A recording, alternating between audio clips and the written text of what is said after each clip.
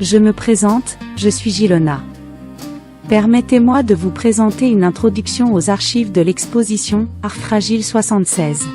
En consultant les documents conservés, il apparaît que c'est au cours de l'année 1975 qu'a pris forme, autour de Serge Maugère, l'idée d'une exposition collective qui allait prendre corps à Choisy-le-Roi.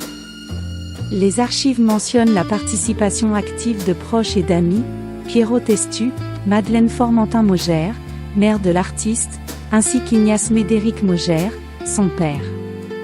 C'est dans ce cercle mêlant ouvriers, employés et compagnons de route qu'est née l'intuition de ce qui deviendrait, l'année suivante, l'exposition Art Fragile 76.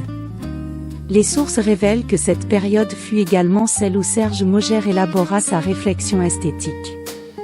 On y trouve les premières mentions du concept de graphoésie, terme qu'il forgea pour définir sa pratique, entre gestes graphiques et souffle poétique.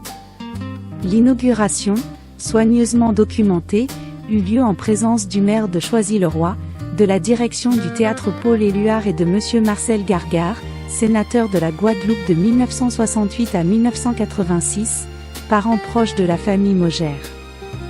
La presse locale de l'époque souligne l'importance symbolique de cette rencontre, où se mêlaient art, politique et mémoire familiale.